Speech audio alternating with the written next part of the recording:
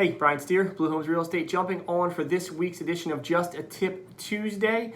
This week's video is going to cover buyer escalation clauses and whether or not they are a good or a bad thing. So in the current real estate environment that we're in, we're seeing lots of multiple offer situations, lots of best and final situations, and we're seeing a lot of buyers agents and buyers come up with the idea of doing what's called an escalation clause, which simply put is you're putting into your contract, I'm willing to offer this much, but if there's a higher offer, I'm willing to offer X more than that offer up to Y number. So for simple round numbers, let's just say the property was listed at $500,000 and you had two offers, okay? And you had a best and final situation, and one of the offers decided to do an escalation clause. So they said, we're willing to pay you the $500,000, but we'll also do an escalation clause that makes our offer $2,000 higher than the next best offer up to $515,000.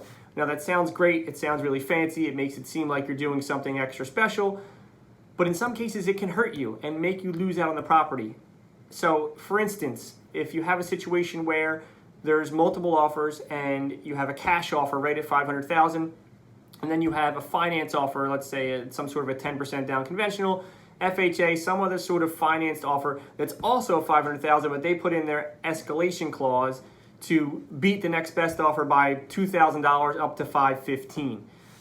Well, if you look at it, their offer that could be $515,000 is essentially only $502,000.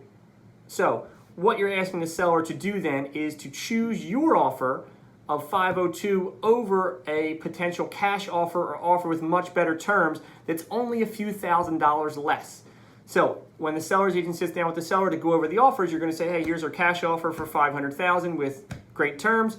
Here's a finance offer, also good terms, $500,000 with an escalation clause of $2,000 over the next best. So essentially it's $502,000. 99 times out of 100, you're not going to get that deal with the escalation clause, because beating the other offer by only $2,000 does not give the seller enough reason to take a risk on a mortgage clause, on appraisals, and any other things that come along with getting a mortgage, where they can just take cash, which is a much more of a guaranteed deal, all things being equal. So in that situation, the other buyer would have been better served just going to their top number. Hey, $515,000, that's where we are.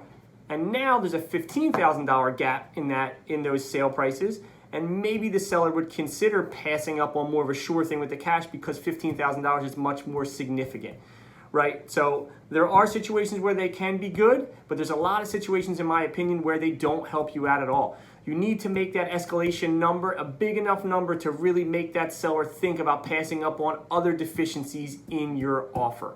And that's really overall what it's there for.